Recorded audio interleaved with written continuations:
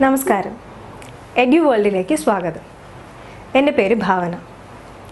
ഇന്ന് അക്കൗണ്ടൻസിയുടെ chapter 2 focus areas ആണ് നമ്മൾ പ്രധാനമായും നോക്കുന്നത്. എക്സാംസ് ഒക്കെ വളരെ അടുത്ത് വന്നുകൊണ്ടിരിക്കുകയാണ് +1-ൻ്റെ. അതുകൊണ്ട് തന്നെ SCERT government of Kerala SCERT focus areas കൊടുത്തിട്ടുണ്ട്. അപ്പോൾ അതിൽ നിന്നുമായിരിക്കും മെജോറിറ്റി ഓഫ് ദ ക്വസ്റ്റ്യൻസും എക്സാമിന് വരുന്നത്. അപ്പോൾ ഫോക്കസ് ഏരിയാസ് നന്നായിട്ട് നോക്കിയിട്ട് പോയിട്ടുണ്ടെങ്കിൽ 100% മാർക്സ് വരെയും നമുക്ക് നേടാം എന്നാണ് ടീച്ചേഴ്സ് പറയുന്നത്. അതുകൊണ്ട് തന്നെ നമ്മളൊരു ഫുൾ ചാപ്റ്റർ തന്നിട്ട് പഠിക്കാൻ പറയുന്നതിലും അതിനകത്തുനിന്ന് കുറേ ഒന്നും പഠിക്കണ്ട എന്ന് പറയുമ്പോഴായിരിക്കും നമുക്ക് പഠിക്കാനൊരു ആവേശം വരുന്നത്. അതുകൊണ്ട് പക്ഷേ ഈ ഫോക്കസ് ഏരിയ അതിനകത്തുള്ള എല്ലാം ഒന്ന് വിടാതെ എല്ലാം പഠിച്ചു പോയി കഴിഞ്ഞാൽ നല്ല രീതിയിൽ നമുക്ക് മാർക്ക് സ്കോർ ചെയ്യാൻ പറ്റും. ഓക്കെ, അപ്പോൾ അതിന് വളരെ സിമ്പിളായിട്ടുള്ള രീതിയിൽ ഫോക്കസ് ഏരിയാസിൻ്റെ അക്കൗണ്ടൻസിയുടെ ചാപ്റ്റർ 2 പോർഷൻസ് ആണ് ഇന്ന് നമ്മൾ കവർ ചെയ്യാൻ പോകുന്നത്. ഇതിനകത്ത് എക്സാമിന് എഴുതാൻ വേണ്ടിയിട്ടുള്ള കുഞ്ഞു ടിപ്സും പിന്നെ കുറച്ച് ഇമ്പോർട്ടൻറ്റ് ക്വസ്റ്റ്യൻസും എല്ലാം നമ്മൾ വീഡിയോയുടെ ഇടയ്ക്ക് പറഞ്ഞു പോകുന്നതാണ്. ഓക്കെ, അപ്പോൾ ഈ ചാനൽ ആദ്യമായിട്ടാണ് നിങ്ങൾ കാണുന്നതെങ്കിൽ ഈ ചാനൽ സബ്സ്ക്രൈബ് ചെയ്യുക. ഓക്കെ, അപ്പോൾ ഇന്നത്തെ നമ്മുടെ ടോപ്പിക് ചാപ്റ്റർ 2 അക്കൗണ്ടൻസിയുടെ +1-ൻ്റെ chapter 2 theory base of accounting. അക്കൗണ്ടിങ്ങിൻ്റെ തിയറി ബേസ് എന്നാണ് ചാപ്റ്ററിൻ്റെ പേര്. അക്കൗണ്ടിങ്ങിന് മാത്രമല്ല, ഏതൊരു സബ്ജക്റ്റിനും മാത്രമല്ല, എന്തൊരു കാര്യം എടുത്തിരുന്നാലും അതിനൊരു ബേസ് ഉണ്ടായിരിക്കണം, ഒരു അടിസ്ഥാനം ഉണ്ടായിരിക്കണം. അടിസ്ഥാനം വളരെ ശക്തമായി കെട്ടിയതിന് ശേഷം മാത്രം മുന്നിലേക്ക് പോയിരുന്നാലേ, അല്ലെങ്കിൽ നല്ലൊരു ബേസ്മെൻറ്റ് ഇട്ടതിന് ശേഷം മാത്രം എന്ത് കാര്യവും നമ്മൾ മുന്നോട്ട് പോയിരുന്നാലേ നമുക്കതിൽ വിജയിക്കാൻ സാധിക്കുകയുള്ളൂ. നമുക്ക് എന്തെങ്കിലും ഒരു ഡ്രീം കരിയറുണ്ട്, നമുക്ക് അവിടെ എത്തിച്ചേരണം എന്ന് വെറുതെ ഡ്രീം ചെയ്ത് ഇരുന്നാൽ മാത്രം നമുക്കത് സാധ്യമാകുമെന്നൊരിക്കലും വിചാരിക്കരുത്. അങ്ങനെ വിചാരിച്ചിരിക്കുന്ന ഒത്തിരി പേരുണ്ട്. ഒരു ഡ്രീമുണ്ട്, എനിക്കതാണ് എൻ്റെ ഡ്രീം, പക്ഷേ എനിക്ക് വർക്ക് ചെയ്യാനൊന്നും പറ്റത്തില്ല, ആരെങ്കിലും കൊണ്ടുവന്ന് തരണം. ആരെങ്കിലും വീട്ടിൽ കൊണ്ടുവന്ന് തരുമോ? നമുക്കുള്ള ഡ്രീം അത് നമ്മുടെ മാത്രം ഡ്രീമാണ്. അതിലോട്ട് എത്തണമെങ്കിൽ നമ്മൾ അതിനു വേണ്ടി വർക്ക് ചെയ്യണം. ആദ്യം അതിനൊരു ബേസ്മെൻറ്റ് നമ്മൾ ഇടണം. എന്താണ് നമ്മളെ ഡ്രീം എന്നുള്ളതിനെക്കുറിച്ച് നമ്മൾ അടിസ്ഥാനമായിട്ട് കുറച്ച് ജനറലായിട്ട് കുറച്ച് കാര്യങ്ങളൊക്കെ അറിഞ്ഞിരിക്കുക. എന്നിട്ട് അതിന് ശേഷം എന്ത് ചെയ്യുക, അതിനെ ഡെവലപ്പ് ചെയ്ത് മുന്നോട്ട് കൊണ്ടുപോവുക. എന്നാലേ നമുക്ക് ഡ്രീം അച്ചീവ് ചെയ്യാൻ പറ്റൂ. ഡ്രീം എന്ന് മാത്രമല്ല, ലൈഫിലാണെങ്കിലും എന്തിലാണെങ്കിലും എന്തൊരു കാര്യം ചെയ്യുന്നതിന് മുൻപും നമുക്ക് അതെന്താണ് എന്ന് ആദ്യം അറിയണം. അതെന്താണെന്ന് അറിയാതെ വെറുതെ എടുത്തു ചാടി പ്രശ്നങ്ങൾ, അല്ലെങ്കിൽ എടുത്തു ചാടിയാൽ നമുക്ക് ചിലപ്പോൾ ഉദ്ദേശിക്കുന്ന റിസൾട്ട് ആയിരിക്കില്ല കിട്ടുന്നത്. ഇത്രയും നേരം പറഞ്ഞത് ടോപ്പിക്കേ അല്ല, പക്ഷേ അതൊരു എല്ലാവരുടെയും ലൈഫിൽ ആവശ്യമായിട്ടുള്ളൊരു കാര്യമാണ്. എന്ത് കാര്യത്തിനാണെങ്കിലും ആദ്യം എന്താണ് സംഭവം എന്ന് ആദ്യം അറിയുക. എടുത്തു ചാടി ചെയ്തതിന് ശേഷം അയ്യോ ഇതായിരുന്നോ എന്ന് ചോദിച്ചിട്ട് കാര്യമില്ല. ആദ്യം സംഭവം എന്താണെന്ന് അറിയുക, എന്നിട്ട് അതിലേക്ക് എടുത്തു ചാടുക. സംഭവം അറിഞ്ഞു കഴിഞ്ഞാൽ വളരെ ഈസിയാണ് അതിനെ സോൾവ് ചെയ്യാനായിട്ട്. ഓക്കെ, അപ്പോൾ നമ്മളിപ്പോൾ നോക്കുന്നത് അക്കൗണ്ടൻസിയുടെ തിയറി ബേസ് ആണ്. അക്കൗണ്ടൻസിയും അതുപോലെ തന്നെ ഒത്തിരി കേട്ടിട്ടുണ്ട്. Accountancy, profit and loss, balance sheet, അത് ഇത് പ്രോബ്ലംസ്, ഇഷ്ടംപോലെ പ്രോബ്ലംസ്, ടേബിള് ഒക്കെ കണ്ടിട്ടുണ്ട്. പക്ഷെ അതിനൊക്കെ ഒരു ബേസ് ഉണ്ട്.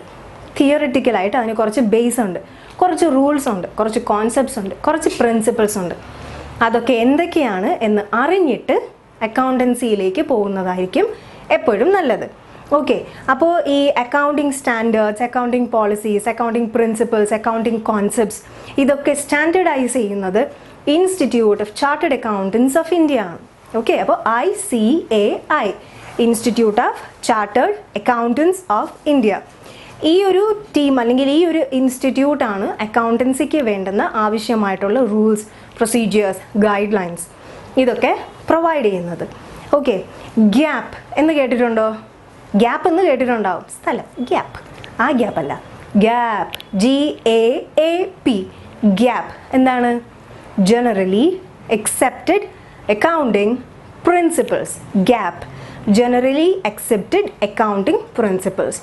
ഇത് കൊമേഴ്സ് സ്റ്റുഡൻസ് ഒരിക്കലും മറക്കരുത്. Gap, GAAP, generally accepted accounting principles. ഒന്നുമില്ലെങ്കിലും എക്സാമിന് വാട്ട് ഇസ് ഗ്യാപ്പ് എന്ന് ചോദിക്കുമ്പം ഈ ഒരു ഫുൾ ഫോം എഴുതി വെച്ചാൽ പോലും അവിടെ മാർക്ക് വീഴും. ഓക്കെ, അപ്പോൾ ഗ്യാപ്പ്, അപ്പോൾ rules, procedures, accounting principles, concepts എന്ന് ചോദിക്കുമ്പോൾ ഗ്യാപ്പ് എന്നെങ്കിലും എഴുതി വെക്കുക. ജനറലി അക്സെപ്റ്റഡ് അക്കൗണ്ടിങ് പ്രിൻസിപ്പിൾസ് ഇതെന്ന് പറയുന്നത് റൂൾസ് ആണ്, ഗൈഡ് ലൈൻസ് ആണ്. അക്കൗണ്ടൻസിയുടെ ബേസ് ആകുന്ന, അതായത് തിയറി ബേസ് ആകുന്ന റൂൾസ്, ഗൈഡ് ലൈൻസ്, കോൺസെപ്റ്റ്സ് എല്ലാം വരുന്നതാണ് ഈ ഒരു ഗ്യാപ്പിനകത്ത് വരുന്നത്. ഓക്കെ, കോൺസെപ്റ്റ്സ് വരുന്നുണ്ട്, കൺവെൻഷൻസ് വരുന്നുണ്ട്, ഒത്തിരി കാര്യങ്ങളാണ് ഗ്യാപ്പിൽ വരുന്നത്. അപ്പോൾ ഈ ഒരു accounting statements, financial accounting statements prepare ചെയ്യാൻ ആവശ്യമായിട്ടുള്ള എല്ലാ റൂൾസും ഗ്യാപ്പിലാണ് പ്രൊവൈഡ് ചെയ്തിട്ടുള്ളത്. ഓക്കെ, ഇനി ആദ്യം നമുക്ക് ബേസിക് ആയിട്ടുള്ള അക്കൗണ്ടിങ് കോൺസെപ്റ്റ്സ് എന്തൊക്കെയാണെന്ന് നോക്കാം. ഓക്കെ, പ്രാക്ടിക്കാലിറ്റിയും നോക്കണം, അതിൻ്റെ തിയോറിറ്റിക്കൽ ബേസും. നമ്മൾ തിയറി പഠിക്കുമ്പോൾ ചുമ്മാ പഠിക്കാൻ വേണ്ടിയിട്ടല്ല തിയറി പഠിക്കുന്നത്. ഈ തിയറി എങ്ങനെ നമ്മൾ പ്രാക്ടിക്കൽ ലൈഫിൽ യൂസ് ചെയ്യാം എന്നുള്ളതുമായിട്ട് റിലേറ്റ് ചെയ്തിട്ട് വേണം നമ്മളെപ്പോഴും നമ്മളൊരു തിയറി പഠിക്കാനായിട്ട്. ഓക്കെ, അപ്പോൾ ഫസ്റ്റ് ഇതിൻ്റെ ബേസിക് അക്കൗണ്ടിങ് കോൺസെപ്റ്റ്സ് എന്ന് പറയുന്നത്, ഇതിന് കുറേ കോൺസെപ്റ്റ്സ് ഉണ്ട്. ശരിക്കും പറഞ്ഞാൽ 13 കോൺസെപ്റ്റ്സ് ഉണ്ട്, ബിസിനസ് കോൺസെപ്റ്റ്സ്. ഒന്നൊന്നായിട്ട് ഞാൻ വായിക്കാം. Okay, 1 business entity concept, 2 money measurement concept, പിന്നെ going concern concept, accounting period concept, dual aspect concept, matching concept, conservatism concept, cost concept, revenue recognition concept, full disclosure concept, consistency concept, materiality concept and objectivity concept. അയ്യോ, 13 പക്ഷെ പേടിക്കണ്ട, ഇപ്പോഴത്തെ exam ആയതുകൊണ്ടും ഇത് focus areas ആയതുകൊണ്ടും ഈ 13 പോയിന്റ്സും എക്സാമിന് പഠിക്കേണ്ട ആവശ്യം ഇല്ല. ഫോക്കസ് ഏരിയാസിനകത്ത് 7 കോൺസെപ്റ്റ്സ് മാത്രം പഠിച്ചാൽ മതി എന്നാണ് പറഞ്ഞിരിക്കുന്നത്. ഓക്കെ, അതുകൊണ്ട് തൽക്കാലം നമുക്ക് 7 കോൺസെപ്റ്റ്സ് മാത്രമായി ചുരുക്കി പഠിക്കാം. പക്ഷേ ഓർക്കുക, കൊമേഴ്സ് പഠിക്കുന്നവർ എല്ലാ കോൺസെപ്റ്റ്സും പഠിച്ചിരിക്കണം. കാരണം ഫിനാൻഷ്യൽ സ്റ്റേറ്റ്മെൻറ്റ്സ് പ്രിപ്പയർ ചെയ്യുന്ന സമയത്ത് 7 കോൺസെപ്റ്റ്സിൻ്റെ മാത്രം ബേസിലല്ല നമ്മൾ സ്റ്റേറ്റ്മെൻറ്റ്സ് ഒക്കെ പ്രിപ്പയർ ചെയ്യുക, എല്ലാ കോൺസെപ്റ്റ്സിൻ്റെ ബേസിസിലുമാണ് പ്രിപ്പയർ ചെയ്യുന്നത്. പക്ഷേ തൽക്കാലം for exam point of view നമുക്ക് 7 കോൺസെപ്റ്റ്സ് മാത്രം നോക്കാം. ഓക്കെ, ഫസ്റ്റ് എന്താ പറഞ്ഞേ?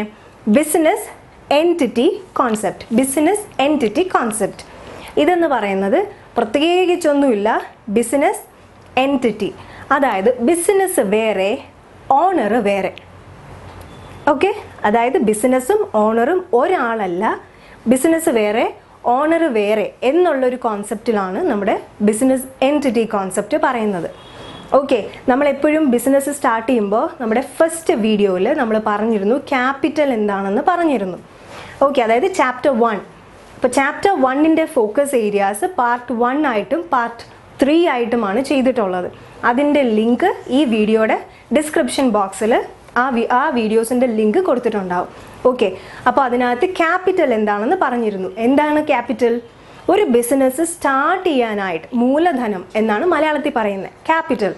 ഒരു ബിസിനസ് സ്റ്റാർട്ട് ചെയ്യാനായിട്ട് ബിസിനസ് ഓണർ ബിസിനസ്സിലേക്ക് നിക്ഷേപിക്കുന്ന എമൗണ്ടിനെയാണ് ക്യാപിറ്റൽ എന്ന് പറയുന്നത്. ഓക്കെ, അപ്പോൾ എനിക്കൊരു ബിസിനസ് സ്റ്റാർട്ട് ചെയ്യണമെങ്കിൽ എനിക്ക് കുറച്ച് കാശ് കയ്യിൽ വേണം അല്ലേ? അപ്പോൾ ആ കാശ് ഞാൻ ബിസിനസ്സിന് വേണ്ടി, എന്തിനാ ബിസിനസ്സിന് വേണ്ടി ഞാൻ ഇൻവെസ്റ്റ് ചെയ്യുന്നത്? ബിസിനസ്സിന് വേണ്ടിയിട്ട് സ്ഥലം എടുക്കണം, വാടകയ്ക്ക് വീടോ എന്തെങ്കിലും വാടകയ്ക്ക് എടുക്കണമെങ്കിൽ അങ്ങനെ എടുക്കണം, മെഷീനറീസ് വാങ്ങണം, അങ്ങനെയൊക്കെ ചെയ്യണം. ഇപ്പോൾ വളരെ ഫോർ എക്സാമ്പിൾ എന്തോ പറയാം, നമ്മളിപ്പോൾ ചെറുതായിട്ട് ഇപ്പോൾ കൂടുതലായിട്ടും ഉള്ളതാണ് ഈ യൂട്യൂബ് ചാനലൊക്കെ. ഇതുപോലെ ഇതിന് നമുക്ക് ആദ്യം ഒരു ഇൻവെസ്റ്റ്മെൻ്റ് ഇല്ലേ? എന്തൊക്കെയുണ്ട്? മൈക്ക് വാങ്ങണം, ലൈറ്റ്, ക്യാമറ, ഇല്ലെങ്കിൽ ഫോണ്, സ്റ്റാൻഡ്, ഒത്തിരി കാര്യങ്ങൾ വാങ്ങണം. ഇതൊക്കെ ചുമ്മാതല്ലല്ലോ, ഇതിന് വേണ്ടിയിട്ട് നമ്മൾ കാശ് അങ്ങോട്ട് ഇടുന്നതാണ്. ഓക്കെ, അതിനെയാണ് ഓണറുടെ ഇൻവെസ്റ്റ്മെൻ്റ് എന്ന് പറയുക. നമ്മളായിട്ടൊരു ബിസിനസ് സ്റ്റാർട്ട് ചെയ്യുമ്പോൾ അതിൽ ഓണറുടെ ഇൻവെസ്റ്റ്മെൻറ്റ് വേണം, owner's equity. Okay, capital, owner's equity. Okay, ആ ക്യാപിറ്റൽ എന്ന് പറയുന്നത് ബിസിനസ് പിന്നീട് ഓണർക്ക് തിരിച്ചു തരും എന്നാണ് ഒരു വൈപ്പ്, അങ്ങനെയാണ് പറയുന്നത്. കാരണം ബിസിനസ് വേറെ, ഓണർ വേറെയാണ്. ഓക്കെ, രണ്ട് സെപ്പറേറ്റ് ഇൻഡിവിജ്വൽസ് ആയിട്ടാണ് ബിസിനസ് കോൺസെപ്റ്റ് അനുസരിച്ച് അത് നോക്കിക്കാണുന്നത്. ഓക്കെ, അതുകൊണ്ടാണ് ക്യാപിറ്റൽ എപ്പോഴും ബിസിനസ്സിന് ഒരു ലയബിലിറ്റി ആയിട്ട് ഇരിക്കുന്നത്. എന്ന് വെച്ചാൽ ബിസിനസ് ഓണർക്ക് ആ കിട്ടിയ കാശ് തിരിച്ചു കൊടുക്കണം, അതൊരു ലയബിലിറ്റി ആയിട്ടൊക്കെയാണ് പറയുന്നത്. ഓക്കെ, അതാണ് business entity concept. Business entity രണ്ടും രണ്ടാണ്. ബിസിനസ്സും ബിസിനസ് ഓണറും സെപ്പറേറ്റ് ഇൻഡിവിജ്വൽസ് ആണ്, അങ്ങനെയാണ് ട്രീറ്റ് ചെയ്യുന്നത്.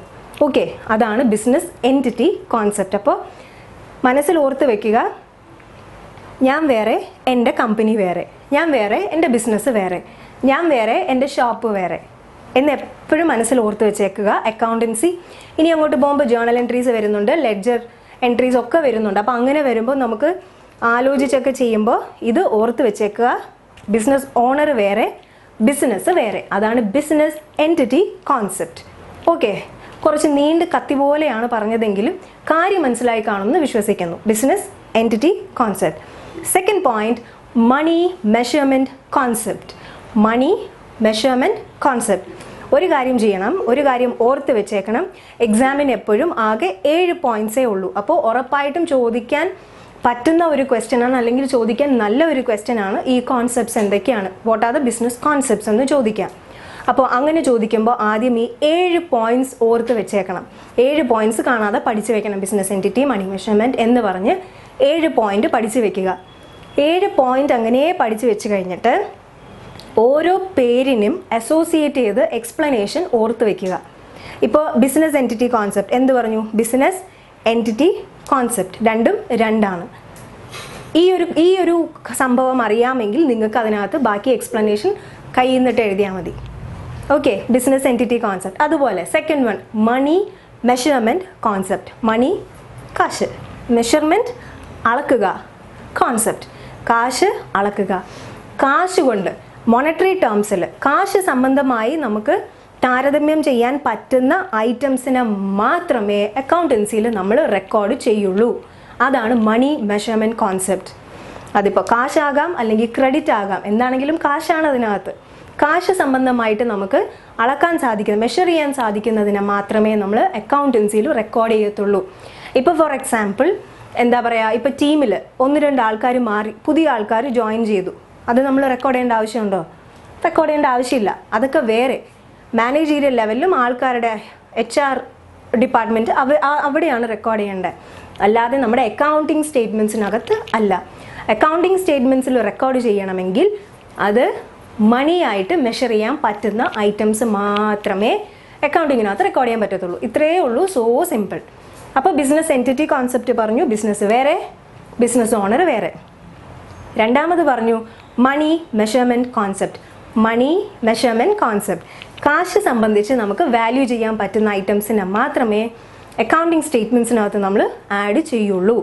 2 മൂന്നാമത്തത് going concern concept. Going concern concept ഞാൻ പണ്ട് പഠിച്ചു വെച്ചിരുന്നത് ഇങ്ങനെയാണ്. ഗോയിങ് ഇങ്ങനെ നീട്ടി പറയും. ബിസിനസ് ഇന്നൊരു ദിവസത്തേക്ക് ചെയ്യാനാണോ ബിസിനസ് ചെയ്യുന്നത്, അല്ലെങ്കിൽ ഒരാഴ്ചത്തേക്ക്, ഒരു മാസത്തേക്ക്, ഒരു വർഷം, ഞാനൊരു വർഷത്തേക്ക് ഒരു ബിസിനസ് ചെയ്തു എന്ന് പറയാൻ പറ്റുമോ? നമ്മൾ ബിസിനസ് സ്റ്റാർട്ട് ചെയ്യുന്നത് എങ്ങനെയാണ്, എന്തിനാണ്?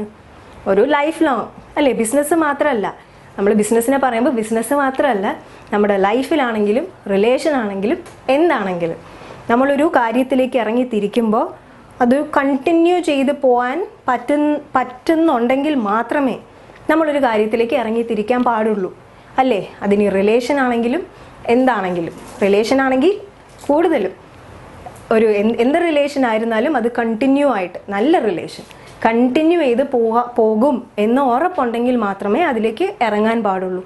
അതുപോലെ business going concern concept. Business ഒരാഴ്ചത്തേക്ക്, ഒരു മാസത്തേക്ക്, ഒരു വർഷത്തേക്കൊന്നും അല്ല നമ്മൾ ചെയ്യുന്നത്. ബിസിനസ് നമ്മൾ കുറേ നാളത്തേക്ക്. ഈ കുറേ എന്ന് പറയുന്നതിന് എണ്ണം ഒന്നുമില്ല, കുറേ അങ്ങനെ ആയിരിക്കണം, എങ്കിലേ അതിനെ നമുക്ക് ബിസിനസ് ആക്കാൻ പറ്റത്തുള്ളൂ. കഴിഞ്ഞ വീഡിയോയിൽ ഞാനൊരു എക്സാമ്പിൾ പറഞ്ഞിരുന്നു, വീട് വാങ്ങുന്നതും വിൽക്കുന്നതും. ഒരു പ്രാവശ്യം ഒരു വീട് വെച്ചു, താമസിക്കാൻ വെച്ചു, പക്ഷെ നമ്മളത് അപ്പോഴത്തെ സിറ്റുവേഷൻ കാരണം നമ്മളത് കൊടുത്തു.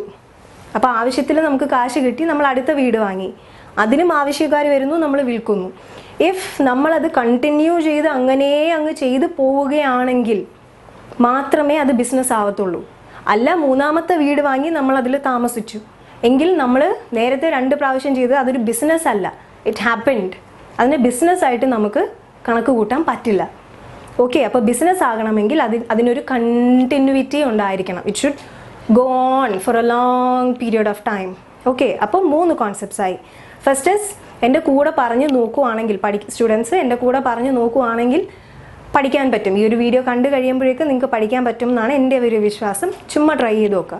അപ്പോൾ ഫസ്റ്റ് ബിസിനസ് എൻറ്റിറ്റി കോൺസെപ്റ്റ് രണ്ടും രണ്ട്. രണ്ടാമത്തത് മണി മെഷർമെൻറ്റ് കോൺസെപ്റ്റ്. കാശായിട്ട് നമുക്ക് വാല്യൂ ചെയ്യാൻ പറ്റുന്നത് മാത്രമേ അക്കൗണ്ടിങ്ങിനകത്ത് നമ്മൾ ഇൻവോൾവ് ചെയ്യുള്ളൂ.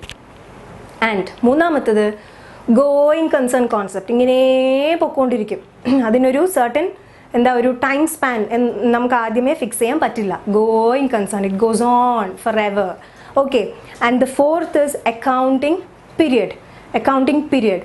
നമുക്കൊരു പ്രോഫിറ്റ് ആണോ ലോസ് ആണോ നമ്മുടെ ബിസിനസ്സിന് സംഭവിച്ചതെന്ന് അറിയണമെങ്കിൽ നമുക്കൊരു സർട്ടൻ ടൈം വേണം.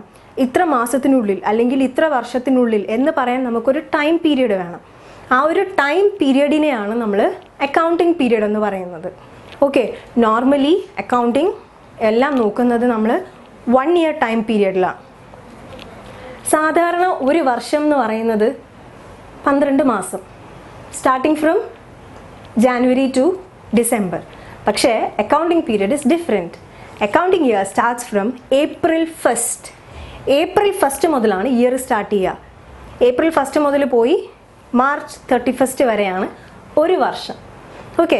അപ്പോൾ ഏപ്രിൽ 1 മുതൽ മാർച്ച് 31 വരെ ഒരു വർഷം. ആ ഒരു വർഷത്തിനിടയ്ക്ക് എന്ത് പ്രോഫിറ്റ് ആണോ ലോസ് ആണോ അങ്ങനെയാണ് നമ്മൾ കമ്പയർ ചെയ്യുന്നത്. അപ്പോൾ അക്കൗണ്ടിങ് പീരിയഡ് എന്ന് പറയുന്നത് there should be a time period. നമുക്ക് കമ്പയർ ചെയ്യാനായിട്ട് പ്രോഫിറ്റ് ആണോ ലോസ് ആണോ എന്ന് കമ്പ്യൂട്ട് ചെയ്യാനായിട്ട് ഒരു ടൈം പീരിയഡ് വേണം. ആ പീരിയഡിനെയാണ് നമ്മൾ അക്കൗണ്ടിങ് പീരിയഡ് എന്ന് പറയുക. Normally it is 1 year and the year starts from April 1 to March 31. Okay. So simple. അപ്പോൾ business entity concept, money measurement concept, going concern concept, and the fourth one accounting period. Now fifth point is dual aspect principle. Dual എന്ന് വെച്ചാൽ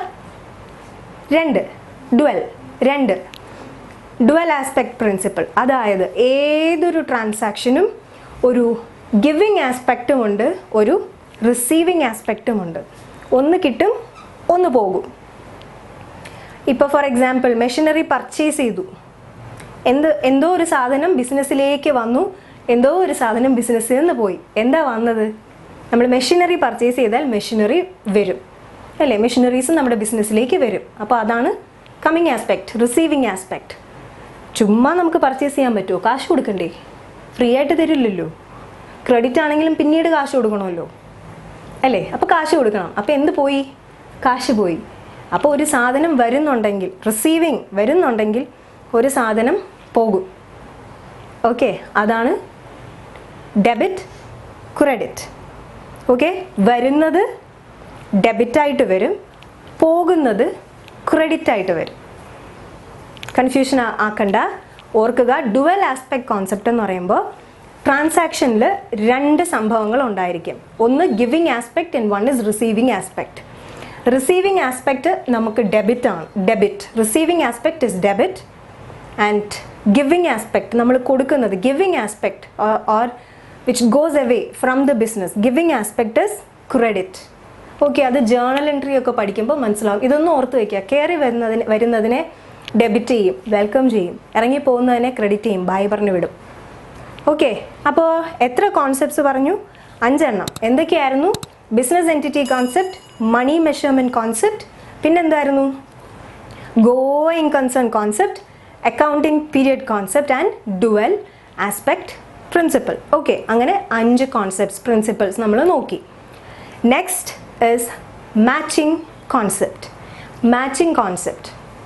അതായത് ഓരോ നമ്മൾ എവിടെയെങ്കിലും expense incur ചെയ്തിട്ടുണ്ടെങ്കിൽ expense എന്താണ്, expenditure എന്താണ് എന്ന് എല്ലാം ഓരോ ടേംസും ഇൻട്രൊഡ്യൂസ് ചെയ്യുന്നത് ഫസ്റ്റ് ചാപ്റ്ററിൽ പാർട്ട് 3 ആയിട്ട് നമ്മൾ വീഡിയോ ഇട്ടിട്ടുണ്ട്. അതിൻ്റെ ലിങ്ക് താഴെയുണ്ട്. ആ വേർഡ്സും നന്നായി പഠിച്ചു വെക്കുക. എക്സാമിന് ചോദിക്കാൻ നല്ല രീതിയിൽ സാധ്യതയുള്ള പോയിന്റ്സ് ആണത്. ഓക്കെ. അപ്പോൾ ഒരു എക്സ്പെൻസ് ഉണ്ടെങ്കിൽ അതിന് കൺസേൺഡ് ആയിട്ട് ഒരു ഏർണിംഗ് ഉണ്ടായിരിക്കണം. ഒരു എക്സ്പെൻസ് ഉണ്ടെങ്കിൽ, ഒരു ചെലവുണ്ടെങ്കിൽ അതിന് ഒരു വരവ് ഉണ്ടായിരിക്കണം. അതിനെയാണ് മാച്ചിങ് കോൺസെപ്റ്റ് എന്ന് പറയുന്നത്. പിന്നെ നമ്മൾ പ്രോഫിറ്റ് അല്ലെങ്കിൽ ലോസ് കണ്ടുപിടിക്കുന്ന സമയത്ത് എന്താ ഇപ്പോൾ നമ്മൾ പേയ്മെൻറ്റ് നടത്തിയിട്ടുണ്ടെങ്കിൽ അത് എല്ലാം അതിനകത്ത് ഇൻക്ലൂഡ് ചെയ്തിരിക്കണം. അല്ലെങ്കിൽ നമുക്ക് ഇൻകം കിട്ടി പക്ഷെ കൈ കിട്ടിയിട്ടില്ല, പക്ഷെ കിട്ടും, അങ്ങനെയാണെങ്കിൽ അതും ഈ അക്കൗണ്ടിങ് ഇയറിൽ നമ്മൾ എപ്പോഴാണോ നോക്കുന്നത് ആ ഒരു അക്കൗണ്ടിങ് ഇയറിൽ ഇൻകർ ചെയ്തിട്ടുള്ള എല്ലാ എക്സ്പെൻസും അതുപോലെ കിട്ടിയിട്ടുള്ള എല്ലാ ഇൻകംസും എല്ലാം നമ്മൾ അക്കൗണ്ടിങ്ങിനകത്ത് നമ്മൾ അക്കൗണ്ട് ചെയ്തിരിക്കണം. ഓക്കെ, അങ്ങനെയാണ് നമ്മൾ നോക്കുന്നത്. അതിനെയാണ് മാച്ചിങ് പ്രിൻസിപ്പിൾ എന്ന് പറയുന്നത്. ഒരു എക്സ്പെൻസ് ഉണ്ടെങ്കിൽ അതിനൊരു ഇൻകം ഉണ്ട്, റവന്യൂ ഉണ്ട്. ഒരു എക്സ്പെൻസ് ഉണ്ടെങ്കിൽ അതിനൊരു റവന്യൂ ഉണ്ടാകും. അതിനെയാണ് മാച്ചിങ് പ്രിൻസിപ്പിൾ എന്ന് പറയുന്നത്. ഓക്കെ, അപ്പോൾ 6 കോൺസെപ്റ്റ്സ് കഴിഞ്ഞു. And the last one, 7th concept is conservatism concept. Conservatism concept എന്ന് പറയുമ്പോൾ ആൻറ്റിസിപ്പേറ്റ് ചെയ്യുന്ന എന്തെങ്കിലും പ്രോഫിറ്റ്സ് ഉണ്ടെങ്കിൽ, അതായത് ഇത് നമുക്ക് ലാഭമായിരിക്കും, ഉറപ്പില്ല പക്ഷെ ലാഭമായിരിക്കും എന്നുണ്ടെങ്കിൽ അങ്ങനെ ഒരു സംഭവം മനസ്സിൽ വെക്കുകയേ ചെയ്യരുത്. എന്നാൽ ഈ ആൾ പൈസ തിരിച്ചു തരാൻ സാധ്യതയില്ല, അങ്ങനെയാണെങ്കിൽ അതിന് നമ്മളൊരു പ്രൊവിഷൻ ചെയ്ത് വെക്കണം. അതായത് നമ്മൾ ഒന്ന് കരുതിയിരിക്കണം, ലോസ് സംഭവിക്കാം എന്ന് നമ്മൾ കരുതിയിരിക്കണം. പക്ഷെ പ്രോഫിറ്റ് കിട്ടുമെന്ന് വിചാരിച്ച് ഇരിക്കരുത്. കാരണം അതിനെയാണ് ഒരു പ്ലേയിങ് സേഫ് എന്ന് പറയുന്നത്. നമുക്കെപ്പോഴും ലാഭം കിട്ടുമെന്ന് പറഞ്ഞ് എപ്പോഴും പ്രതീക്ഷിച്ചിരുന്നു കഴിഞ്ഞാൽ അഥവാ നഷ്ടമാണെങ്കിൽ നമ്മൾ എന്ത് ചെയ്യും? പിന്നീട് അതിൻ്റെ പുറകെ കിടന്ന് ഓടേണ്ടി വരും, അല്ലേ? എന്നാൽ അതേസമയം ലാഭം കിട്ടുവാണെങ്കിൽ ഓക്കെ, ഗുഡ്, നമുക്ക് നോക്കാം.